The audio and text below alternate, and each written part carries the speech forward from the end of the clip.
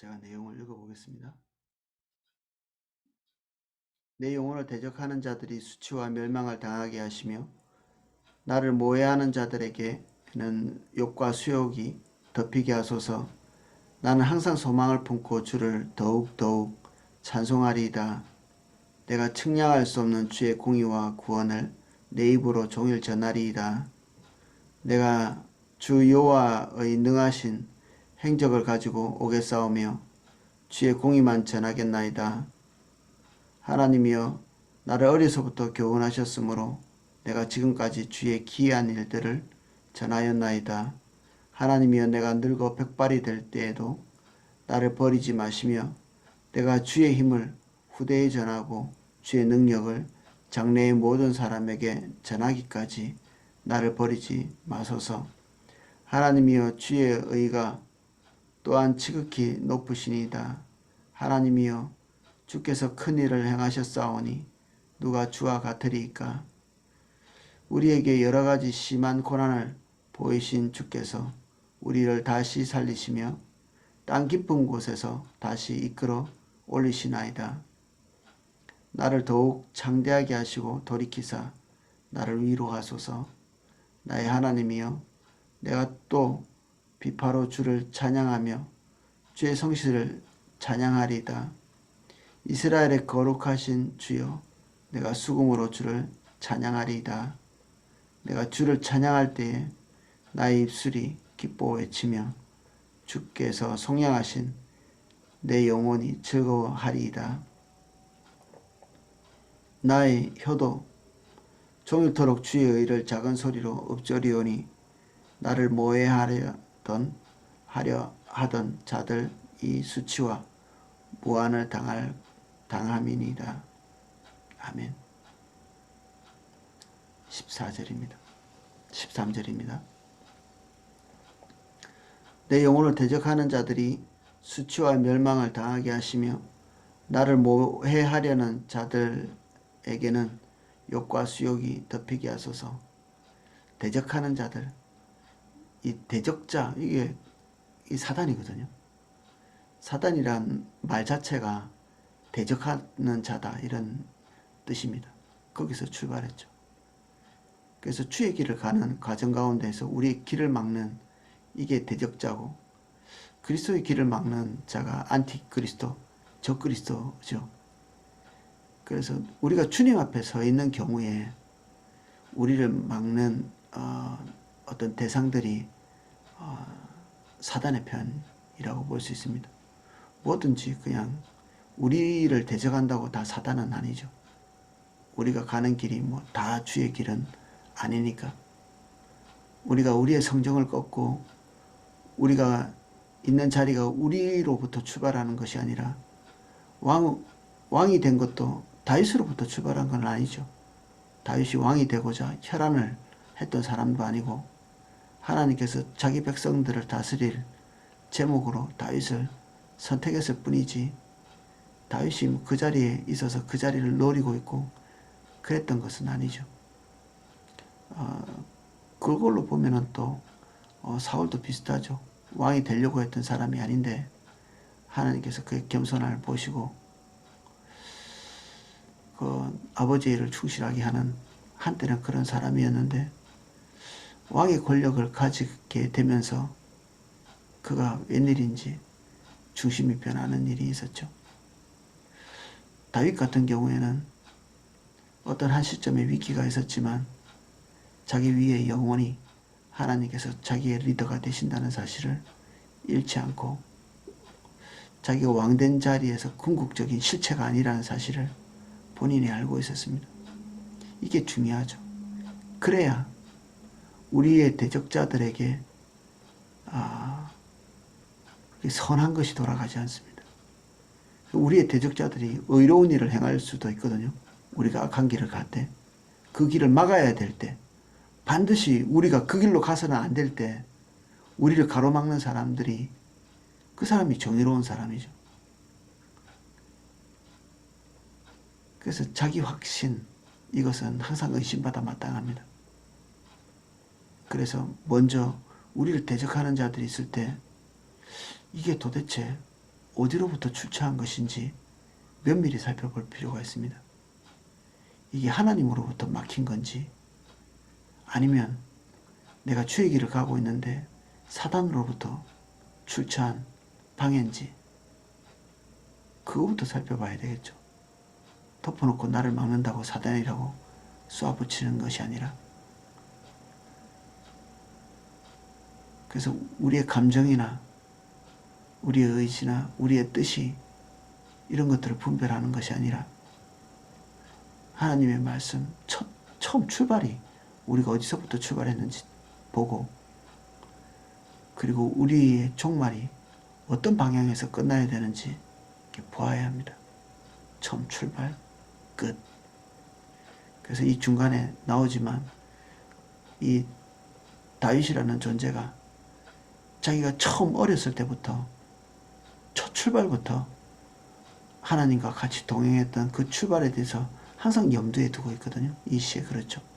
이 시를 지을 때는 그가 어느 정도 노년의 입구에 와 있다고 볼 수 있는데, 뭐 죽을 만큼 늙었지는 않겠지만 어느 정도의 노년의 입구에 들어와서 그가 스스로 생각하기에 그의 하나님께서 자기 모태에서부터 하나님이 조성하셔서 출발하게 하셨고, 뱃속에서부터 이 이스라엘 백성들을 향한 뜻이 계셔서 자기를 선택했고 빚었고 연단했고, 그래서 그 자리에서 하나님의 뜻을 반영하는 통치자로서 이렇게 쭉 자기의 삶을 이어온 그런 것에 대한 인식이 있는 거죠.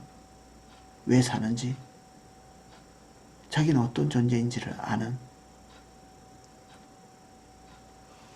그래서 그를 막는 자들에 대한 호칭이 대적자, 이런 말을 붙일 수 있는 것입니다.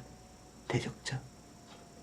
이스라엘 백성들의 후미를 공격해가지고 사실은 심판받지 않을 만한 사람들인데 심판받은 사람들이 있거든요. 미디안 족속이 그런 사람들이죠. 그들이 하나님의 그 제1번 족수는 아니었거든요.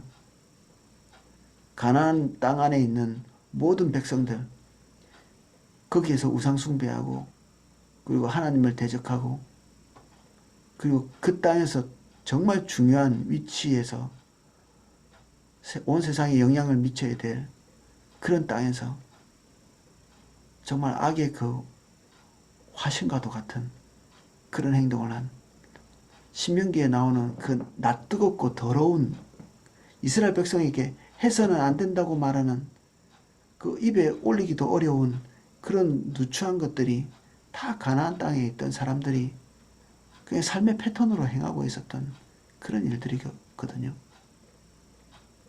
어떻게 그렇게 하나님이 무자비하게 다 죽이실 수 있습니까? 라고 말할 수 있지만 우리는 반드시 죽어야 된다고 생각하는 사람들이 항상 있습니다. 뉴스를 볼 때. 그리고 사형이 집행되어야 된다고 생각하는 그런 대상들이 있죠. 사실은 모든 사람들이 다 그런 사람들로 가득 차 있었던 그게 가나안 땅이었거든요. 그래서 그들이 하나님의 주된 타겟이었지만 하나님께서 하나님의 백성을 그 길로 인도해가는 노정의 미디안 사람들이 이스라엘 백성의 그 뒤에서 쳐져 있던 사람들을 치게 됩니다. 이게 이스라엘 백성들을 공격한 것이지만 우리가 이스라엘 백성들이 하나님의 인도를 따라가고 있었다는 그런 과정을 볼 때는 이거는 이스라엘 백성들을 공격한 게 아니라 하나님의 길을 가로막은 거죠. 그래서 미디안은 거기서 멸망당합니다. 멸망당할 위치도 아닌데 자기의 처신을, 자리를 잘못 잡은 거죠.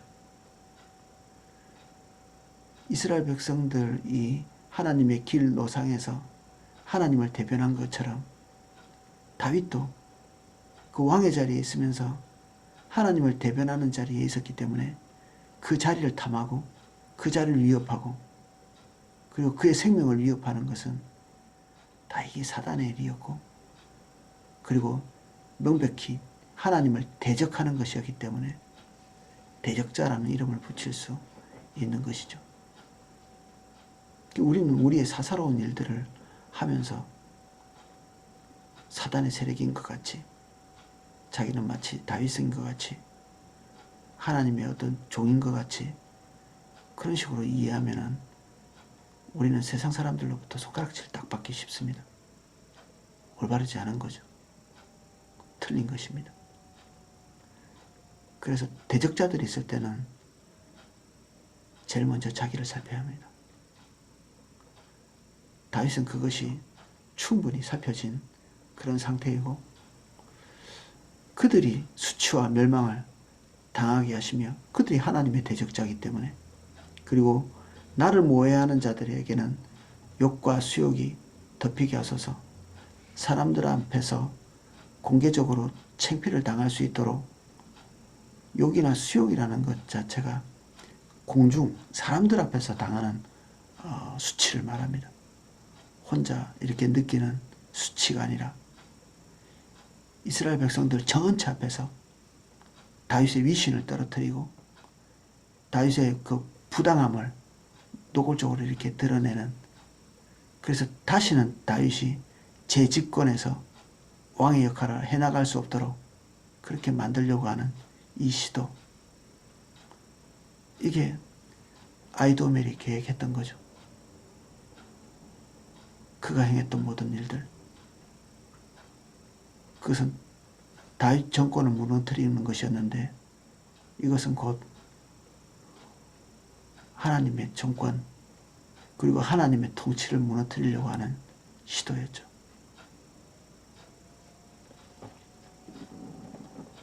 나는 항상 소망을 품고 주를 더욱더욱 찬송하리라. 이미 다윗은 그 하나님과의 깊이 있는 관계 안으로 들어와 있습니다. 거듭 우리가 보게 되는 것은 다윗의 태도가 4차원적이라는 것입니다. 아직도 벗어나지 않은 상황에서 하나님의 구원을 잡은 듯이 말하고 있는, 저는 다윗의 시편을 이렇게 거듭 보면서 이런 부분이 계속 눈에 너무 많이 띕니다.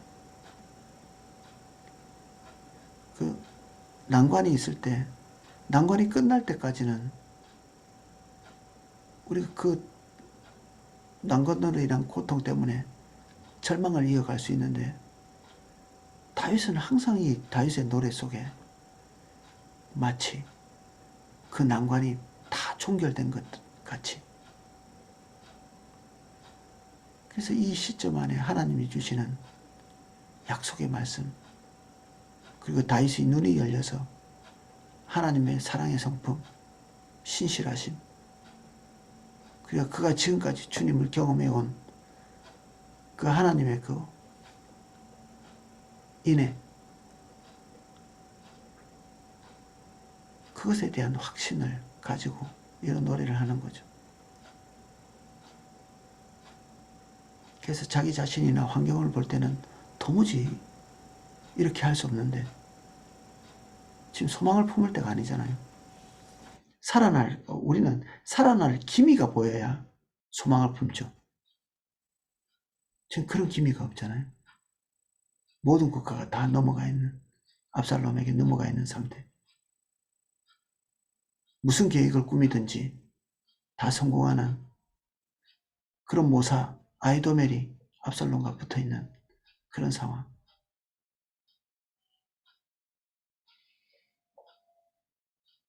그리고 종교적인 모든 핵심적인 것들이 예루살렘이 버젓이 남아있죠.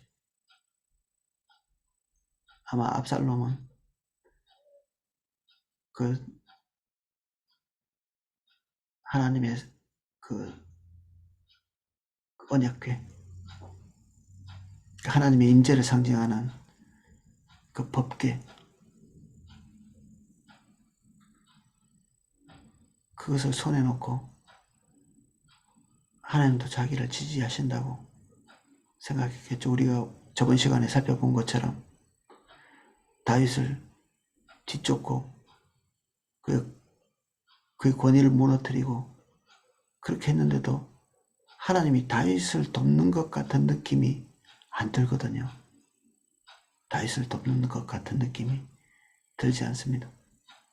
그들이 다윗을 붕괴시키기 위해서 했던 일 하나하나가 성공적으로 끝나가거든요. 최종적으로는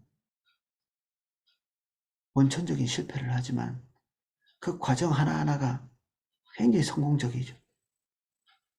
백성들의 마음도 다 돌려놨고, 그리고 다윗의 처들도 다 강간하고,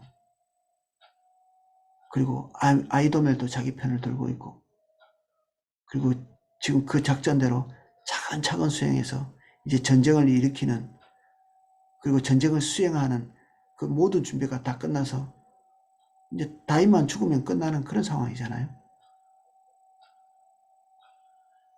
그런데도 하나님께서 다윗을 돕는 것 같은 느낌을 받을 수 없는,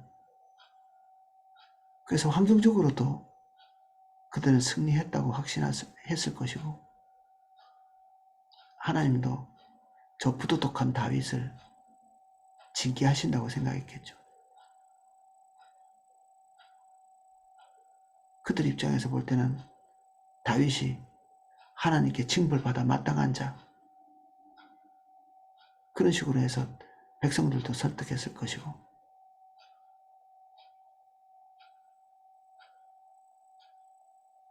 다윗을 왕의 자리에서 끌어내릴 만한 요소들이 무궁무진했겠죠. 압살롬에게, 아히도멜에게 마땅히 내쳐야 될 이유가 있었겠죠.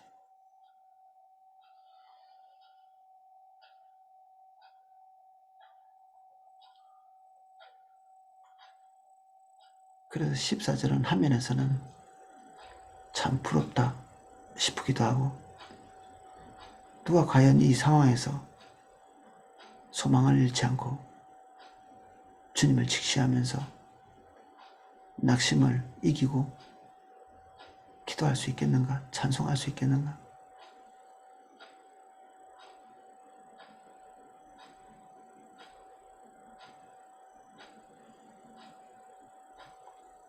내가 측량할 수 없는 주의 공의와 구원을 내 입으로 종일 전하리이다.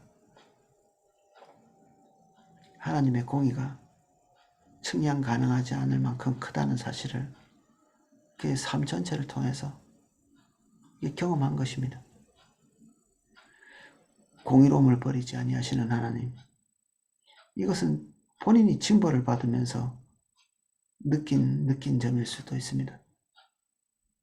본인이 공의를 경험했기 때문에 본인이 올바르지 않은 것들을 묵과하지 아니하시는 하나님도 경험한 거죠. 대적이 올바르지 않은 것도 경험했겠지만 본인이 올바르지 않은 것도 경험한 것입니다.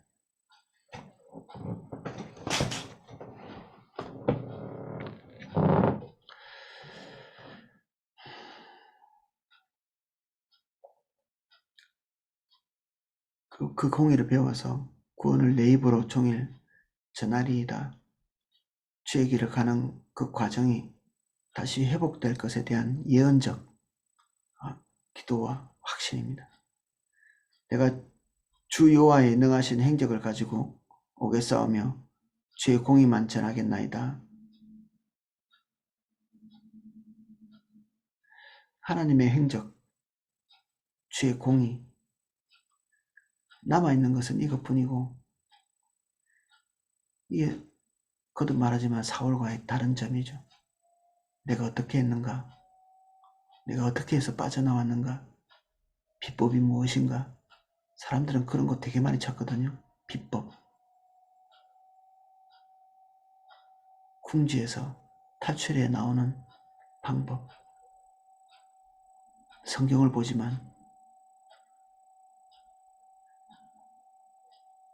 성경에서 실제로 찾고 있는 것은 하나님의 공의나 신실함이 아닌 비법을 찾는,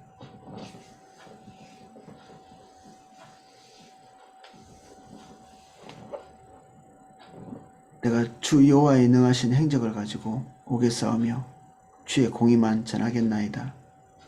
하나님으로부터의 추처죠. 공이나 구원이 결국 주님만 보고 있는 겁니다. 벌레들이 여기는 본초소 회의실에 있습니다. 지금 있으니까 오늘 비가 와서 그런지 벌레들이 좀 많이 나오네요.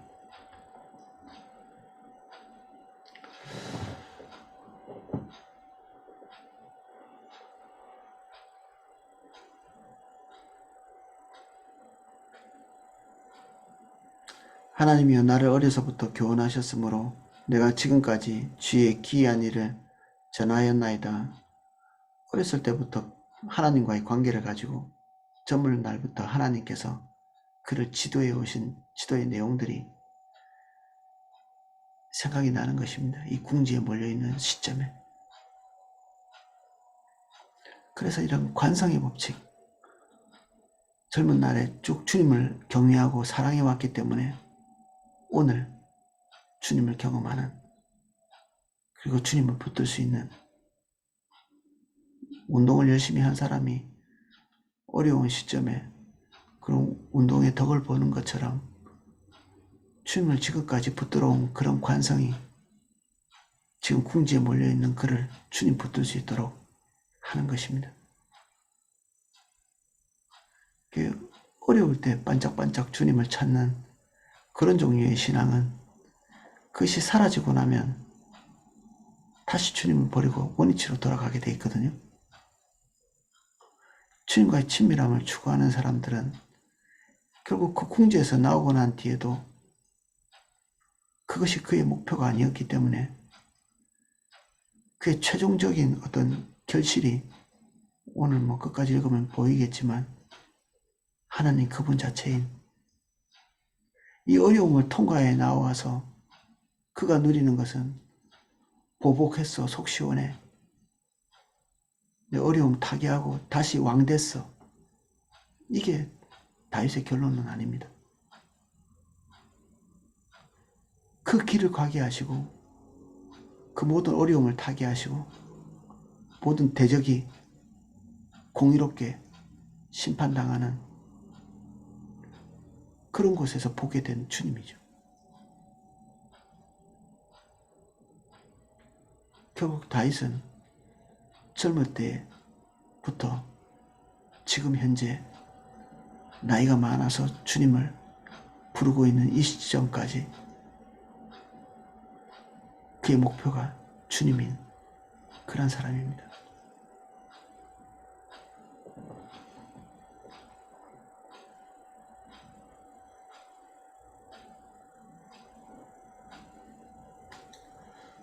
하나님이여 내가 늙어 백발이 될 때에도, 이 백발은 머리가 하얗게 된 건데 여기에 나오는 백발의 표현은 이제 죽음이 임박한 시점을 얘기를 합니다. 더 이상 무언가를 할 수 없는 이제 마지막인 그런 숨이 끊어지기 직전에 그때까지도 하나님께서 자신을 버리지 아니하시는,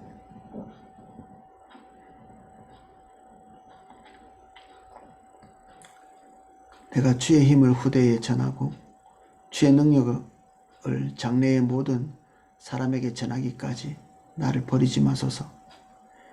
다윗의 시편이 지금까지 우리에게 남아있죠. 그 어떤 목사님이 그런 얘기를 하시더라고요. 사람은 관뚜껑 덮을 때까지는 알 수 없다. 죽고 나서야 그 사람에 대해서 평가할 수 있죠. 잘 살았다 못 살았다. 히스기야처럼 그럭저럭 괜찮은 삶을 살았지만 막판에 그냥 정말 그 삶 전체를 그냥 다 그르치는 것 같은 그런 삶을 사는, 얼마든지 그렇게 될 수 있거든요. 그래서 간증을 하고 난 즉시 돌이켜서 삶에 누추한 것들이 가득 그냥 차는 경우도 있죠. 부끄럽고 수치스러운 일들로 가득 찬, 사람들 앞에서 간증하고 박수받고 그 즉시 돌아서서 그 모든 것들이 뒤집어 엎어지는, 저는 개인적으로 그런 경험을 한 적이 많습니다. 하나님이 함께 하셨죠. 그러면 사람들이 뭐, 와, 자기도 그런 경험 하고 싶어가지고, 그냥 얼마 뭐 가지도 못해서, 그냥 그 자리가 수치의 자리가 된, 패배의 자리가 되는, 저는 이런 경험들을 제법 한 것 같습니다. 그래도 승리하는 순간에도 그다지 이렇게 마음이 흥분이 되지 않습니다. 다음 순간에 이것이 어떻게 될지 모르니까. 다른 사람들이 박수 쳐봤자 다음 순간에는 내 삶에 나타난 이 부끄러운 것 때문에 비아냥거리고 뭐 꼴 좋다 뭐 이런 식으로 얼마든지 그렇게 할 수 있는 거죠. 위대한 일, 위대한 하나님의 부흥 뒤에는 항상 그 사단의 공격을 통해 가지고 부흥이 온 그 자리에 죄악이 다시 뒤덮이는, 승리의 자리, 그 자리에서 다시 수치스러운 패배가 거듭되기도 하는, 그래서 승리 자체가 우리의 최고봉이 아닙니다. 우리의 승리 자체가 사람들 앞에 우뚝 서는 것, 그리고 칭송받는 것, 이 믿음의 사람이야 뭐 이런 얘기들. 나사로를 보십시오. 나사로같이 기적을 경험한 사람이 없죠. 지금 나사로가 어디 있나요? 죽었죠. 다시 2번 살았지만 2번 죽은 것입니다. 남아있는 것은 나사로의 삶 안에 부활이 찾아온 게 아니라 주님을 경험한 것이고, 우리가 봐야 될 것은 나사로의 부활이 아니라 그 부활을 가능케 하신 주님이시죠. 우리는 초점이 금방 승리와 부활과, 그리고 사람들이 추앙하는 어떤 고지, 우리가 고생해서 올라간 그 최고점, 그것이 우리의 목표가 되어 있는, 그래서 사울같이 되는 것입니다. 처음엔 그렇게 출발 안 했지만, 그가 처음부터 왕을 기대하고 바란 건 아니었는데 그 고지에 올라가서 그거 자체가 목표가 되었기 때문에, 하나님 자체가 그분의 목표가 아니었기 때문에, 사울의. 그래서 종말이 그런 것입니다. 승리가 종말이었으면 그가 패배의 전장에서 목숨을 잃지 않았겠죠. 하나님이 그것이 목표인 자에게는 그 종말의 패배를 안겨주십니다. 그게 뭐 하나님의 공이죠. 아브라함에게 이삭이 목표였나요? 삶의 목표였나요? 그가? 그러면 뭐 이삭 얻었으면 끝난 거죠. 그의 생애 모든 것이 끝난. 근데 왜 제물로 바치라고 하시나요?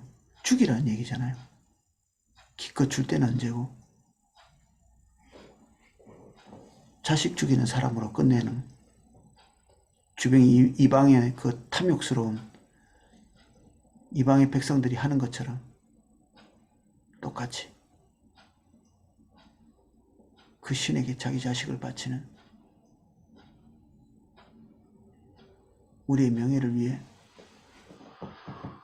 우리 안위를 위해, 우리의 만족을 위해서 자식을 이리 옮기고 저리 옮기고 하는, 그게 자식을 제물로, 자기 제물로 바치는 거거든요. 얼마나 많은 부모들이 그렇게 하는지 모릅니다.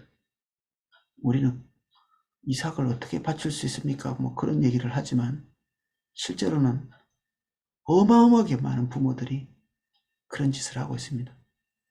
자기 탐욕과 자기 사사로운 방향성, 그 길로 자식을 가게 해서 자식의 삶 전체를 망치는 일이 얼마나 많은지 모릅니다.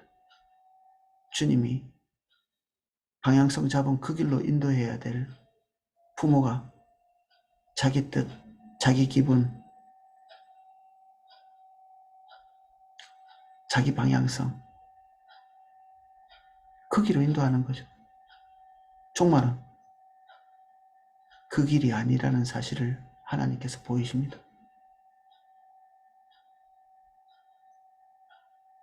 우리는 이삭이 살아났다. 이것이 굉장히 드라마틱하게 보일지 모르지만 하나님의 목표는 이삭이 살아난 것이 아닙니다. 아브라함 속에 있는 이삭이 죽은 것이지. 아브라함 속에 있는 이삭, 하나님보다 더 높은 자리, 그게 죽은 것입니다. 토요일날 새신자 한 분을 신방하면서 그분에게 그런 얘기를 했거든요. 그분은 주님을 위해서라면 목숨도 버릴 사람들이더라고요. 보니까 그 열심이 어마어마해가지고. 근데 우리가 알아야 될 게 있습니다. 우리는 우리의 목숨이 제일 중요하죠, 당연히.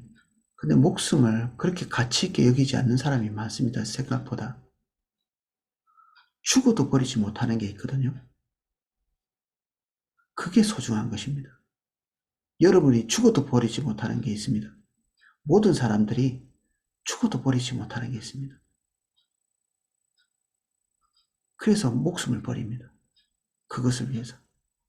주를 위해서는 뭐 죽어도 자기 탐욕과 자기 길, 그리고 자기가 목숨보다 중요히 여기는 그것을 위해서는 죽을 수 있습니다.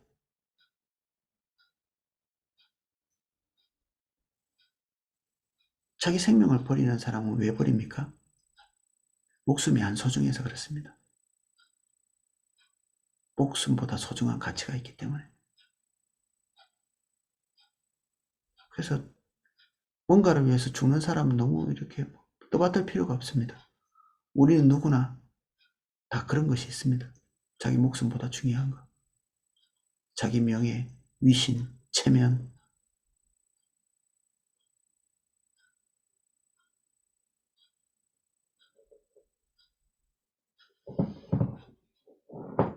그런 걸로 사람들을 조절하는 지도자들도 많이 있습니다.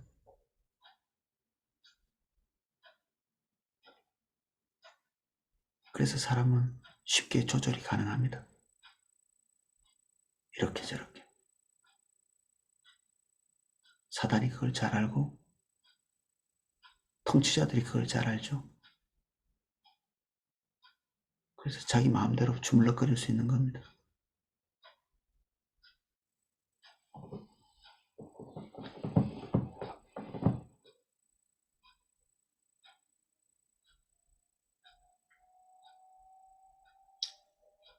그래서 마지막 죽음 이후에까지 모든 것이 결정된 다윗이 관뚜껑 넘는 거죠. 죽고 난 다음에 자기의 삶이 하나님 앞에 온전함으로 지칭되어지기를 기대하는 기도이고, 하나님이여 주의 의의가 또한 지극히 높으시나이다. 하나님이여 주께서 큰 일을 행하셨사오니 누가 주와 같으리이까.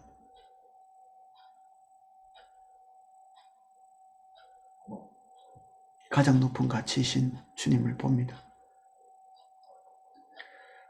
우리에게 여러 가지 심한 고난을 보이신 주께서 우리를 다시 살리시며 땅 깊은 곳에서 다시 이끌어 올리시리이다. 고난의 출처가 하나님이신 것에 대해서 말하고 있고, 올렸다 내렸다 하는 주체도 하나님이시다. 그래서 다윗은 이 모든 고통이 자기의 죄악을 통해서 출발했다는 사실을 알고 있죠. 지금 현재 굉장히 억울하지만 그 그 원래 출처가 거기라는 사실을 알고 있고, 그래서 화면에서는 운명적으로 받아들이는 부분이 있습니다. 지금 현재 당하고 있는 이 고통 스스로 우리가 얘기하는 것처럼 싸다 싸. 내가 이런 고통 당하는 것이 마땅하지 않냐.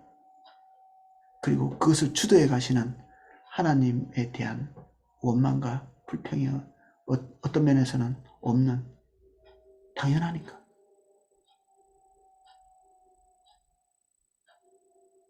주님이 행하시는 것이 맞습니다.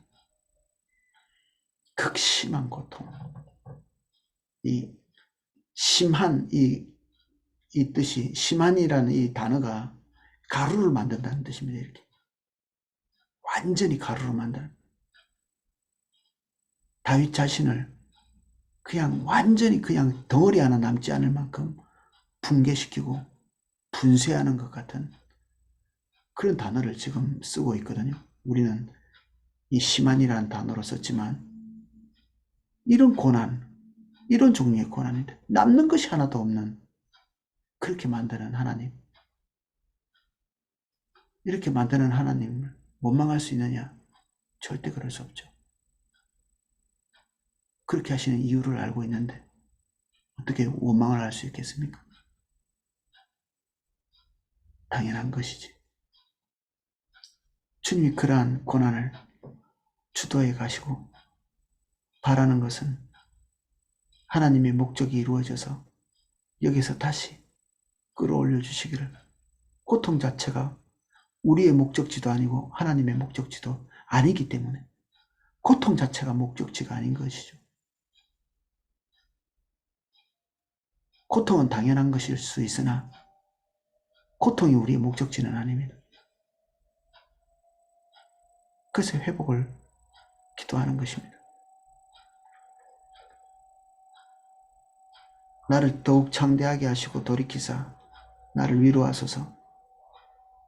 지금 현재의 일이 완벽히 그치도록. 나의 하나님이여, 내가 또 비파로 주를 찬양하며 주의 성실을 찬양하리이다. 이스라엘의 거룩하신 주여, 내가 수금으로 주를 찬양하리이다. 내가 주를 찬양할 때 나의 입술이 기뻐 외치며 주께서 속량하신 내 영혼이 즐거워하리이다. 나의 혀도 종일토록 주의 의를 작은 소리로 읊조리오니 나를 모해하던 자들 이 수치와 무한을 당함이니이다. 하나님을 바라보고 있는 다윗의 모습, 아직도 오지 않았지만 다윗의 성품과 하나님의 성품이 만나 있는 그곳에서 초월적인 하나님의 언약을 대면하고 있습니다. 오늘은 여기까지 살펴보겠습니다. 우리가 우리 고난에 대해서 무슨 할 말이 있겠습니까? 주님, 마땅하나 주님의 긍휼과 크신 자비를 힘입어 우리가 배워야 될 모든 주님의 성품들을 이 시간에 배워낼 수 있도록 도와주시고, 우리가 여기에 올 수밖에 없었던 근본적인 우리의 다뤄지지 못한 부분들이 이 기간 안에 온전히 다루어져 우리가 귀로 듣던 것 같은 주님을 눈으로 보는 것 같이 보는 욥의 고백을 할 수 있도록 도와주십시오.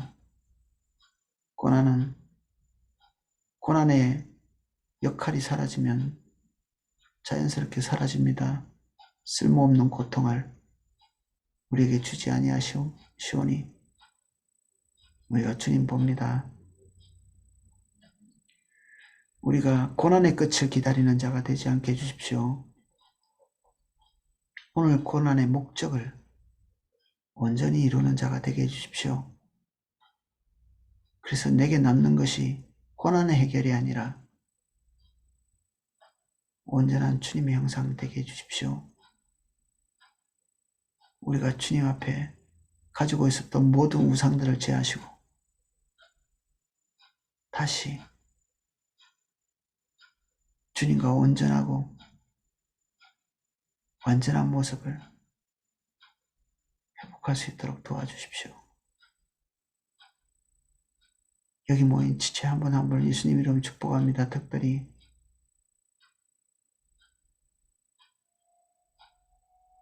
시련이 지칠 만큼 지속되고 있는 모든 분들, 하나님이 모진 것이 아니라 우리가 너무 즐깁니다.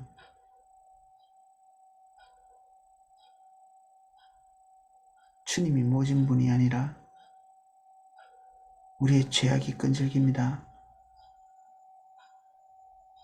하나님의 뜻이 악하지 않고 우리의 뜻이 고집스럽습니다. 주님,